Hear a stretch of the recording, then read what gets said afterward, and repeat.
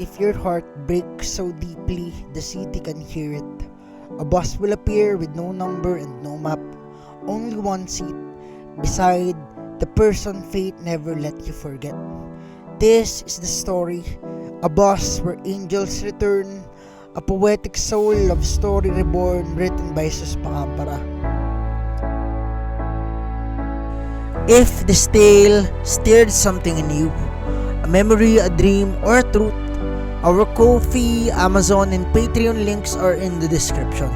Support helps us keep writing for you and the ones you hold dear. There's a legend passed quietly between bartenders, taxi drivers, and students who fall asleep too late and wake too early. They say that if your heart is broken so deeply that even the city can hear it, a bus will appear with no number, no destination. Its lights flicker like fireflies with nowhere to go. You won't find it on maps or apps. It won't beat or hum. It simply waits. They call it the lover's bus. Some say it appears only once. Others say it shows up every 7 years for those who still write love letters they never sent. But what's agreed on is this: everyone who boards is destined for someone, and sometimes that someone is already there, asleep beside the window, smiling like they've been waiting for you to arrive. But here's the catch: the bus doesn't always take you where you want to go. Sometimes it takes you to the truth. A poem written by Jesus Pacampara. Don't leave me like an angel leaves behind her wings, forgotten on a bus retired to the depot on a moonless night. Don't leave me like the moon leaves her eye, fallen into a stream that dreams of darkness without a door. Don't leave me like the darkness leaves her ear, torn away by a wind whispering prayers to one who left too soon. Don't leave me like the wind leaves her tongue, faded from crying out, don't leave me. This is your ears, your wings, your eyes, and your tongue. They are what prove I exist. Or perhaps I was the one who created you through my fate alone. In a flight, in gaze, in hearing and song, a fleeting, hiding, fickle cloud. Still I reach for you. I reach and I reach. Jess was the kind of man who still believed in underlining sentences in books, who stared too long at half-empty cafe chairs and imagined the lives of those who just left them. A man of quiet rituals, wiping his pen before writing, whispering the first line of every poem to himself as if to see the world would accept it. And yet all the poetry in the world hadn't saved him. Not from her. The woman who broke him hadn't done it with cruelty. She did it with performance. She knew how to tilt her head, just try to look tragic. How to quote his poems as if they were hers. How to kiss with just enough restraint to keep him wondering.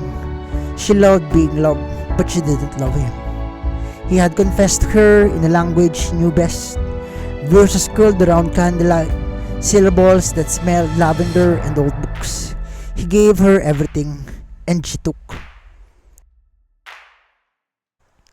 Until there was nothing left but the echo of her voice saying, "You over-romanticize everything, Jess, even your own loneliness." It was cruel because it was true.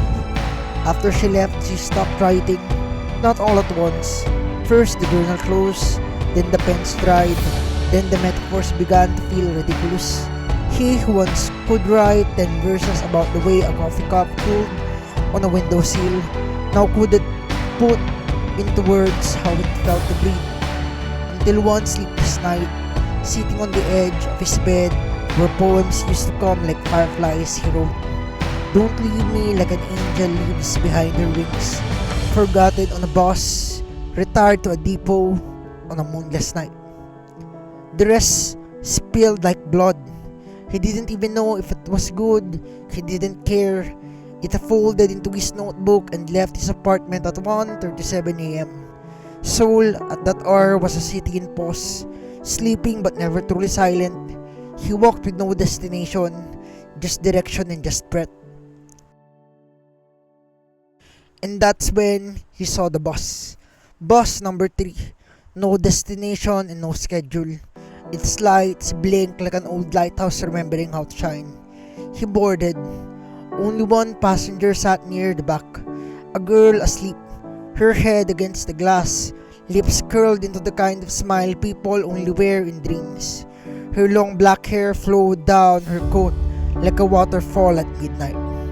He almost sat elsewhere, but her presence ruled that something ancient in him, so he took the seat beside her.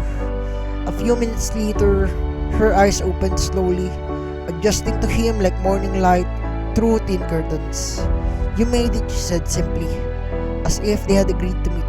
"Sorry." She smiled. "You're here for this ride too, right?" Jess' throat was dry, and he said, "Yes, I guess I am." "Then good," she leaned back, exhaling. "Let's enjoy the trip." They didn't talk immediately. The silence wasn't awkward, it was sacred. Outside, Seoul looked altered. The lights were more golden than white. The streets were more curved, more forgiving. The people on the sidewalks were transparent, flickering silhouettes of their daytime shelves. Jess finally whispered, "Why does it look like the city's dream?" "Because it is," she said. "This bus only runs in dreams people forget to wake from." "You're speaking in poetry." I was raised by it. Jess gave her a look. She smiled. "Don't you remember me?" "I think you don't, do you?" "No," he said slowly. "Should I?" "I was the girl who looked like a squirtle in 3rd grade. Used to say I look like a turtle every time I smiled." He blinked hard. "You cried when your hamster died," she continued. "And you made me a bracelet out of dead clips because you said you didn't have money for relax." Jess stared at her and said, "That was you?" "Maybe," she said, "or maybe you wrote me into your life." He chuckled despite himself. "If I had written you, you'd have worse dialogue." "I'll take that as a compliment," she said. They laughed, the kind of laughter that only two people who almost remembered each other could share. Time passed. They debated Pokemon like children hiding under umbrella forts. Jess argued, "Capturing legendaries is RNG. I had to reset my GBA to 93 times for Rayquaza." Yongsun retorted, "That's not randomness, that's fate testing your desire." Desire had nothing to do with shining odds. She smiled and said desire is everything. They debated Warhammer next.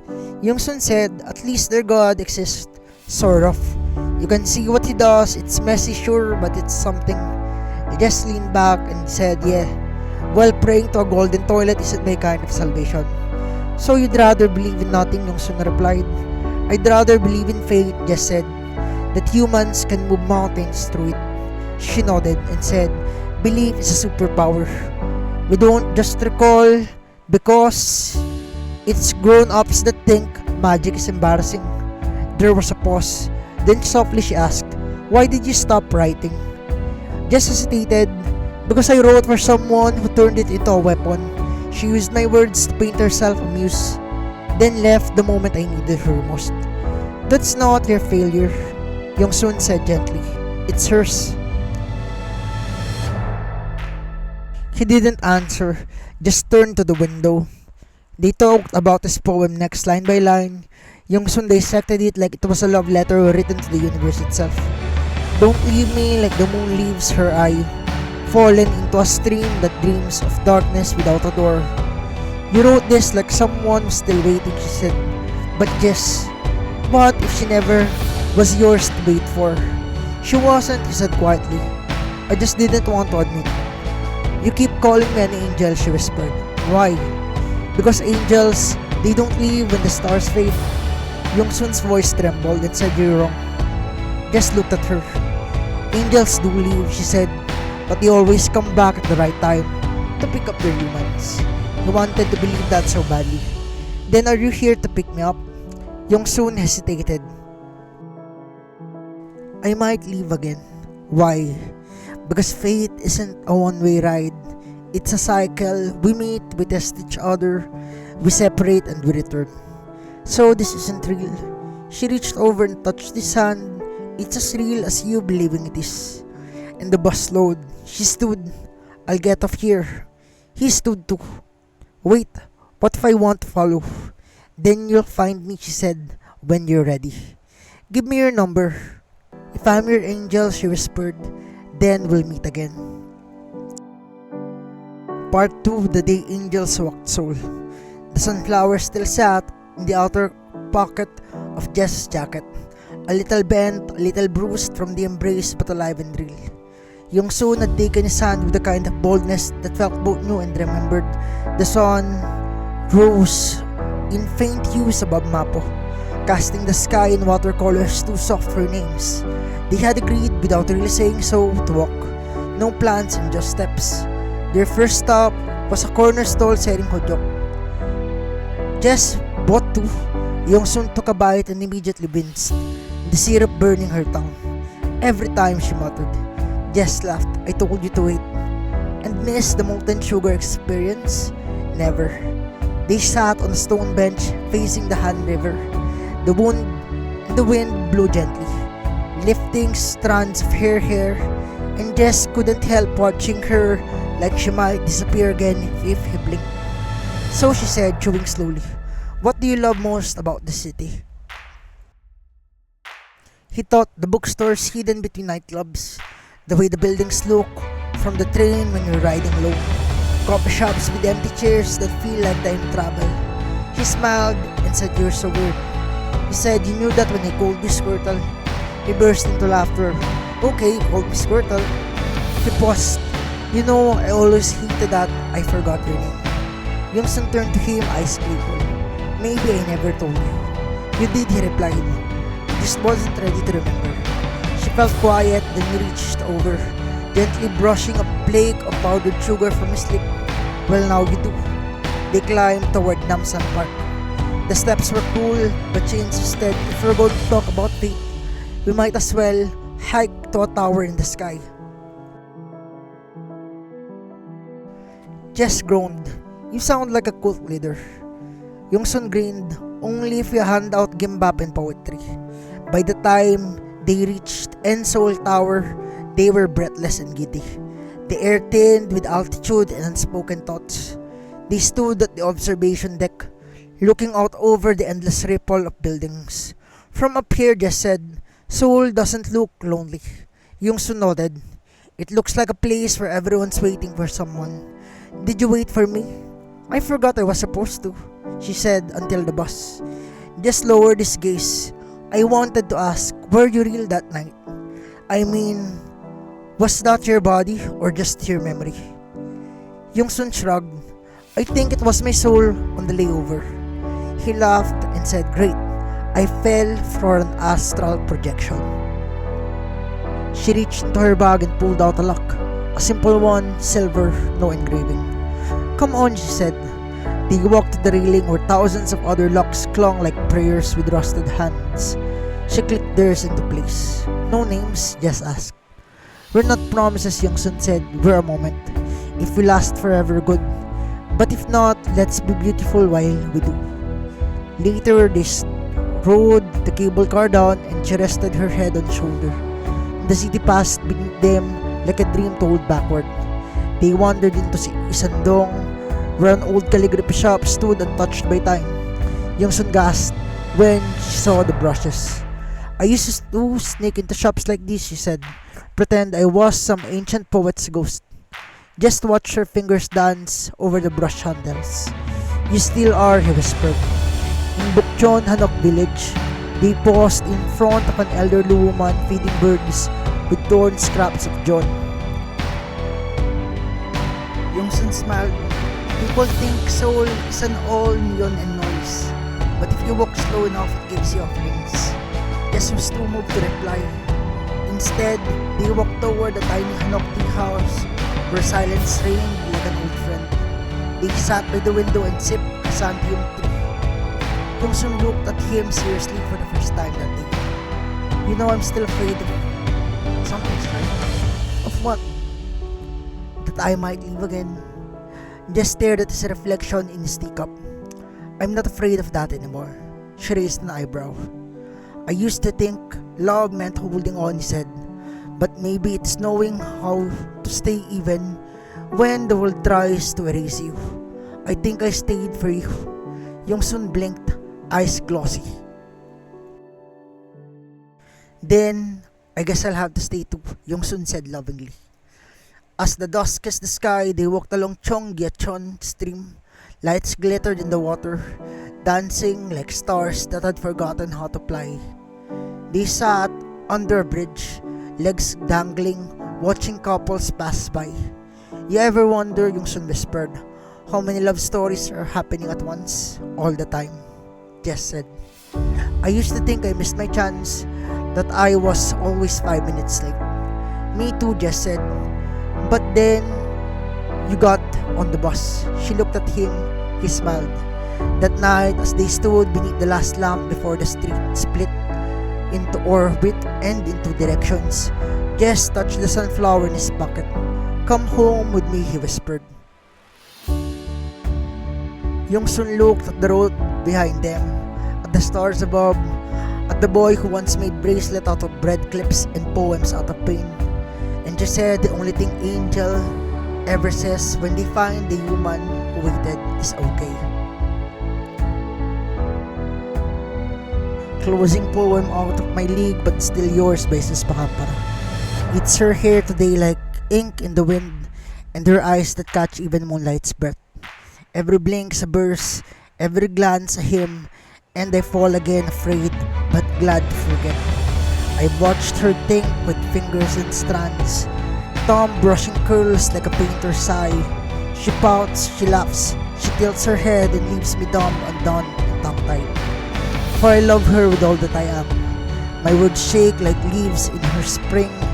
She says my name like a forgotten prayer, and suddenly I remember everything. She's the only face that fits the world, the only need I've ever outgrown. I'm a poet adrift in the sea of her smile, lost but never alone. She calls and time skips a beat, a melody laced with starlit grace, and when she laughs and rolls her eyes, I feel the earth recenter in her place. It's terrifying, this joy I breathe, like swimming through love's strange sea. But I drown again in her golden light, than ever walk dry land free. For she's all that I see and all that I need, a miracle made of skin and soul. I'm out of my league, but still she says, you're mine, and suddenly I am whole. And it's her hair again and her eyes today that make the world blur and float away.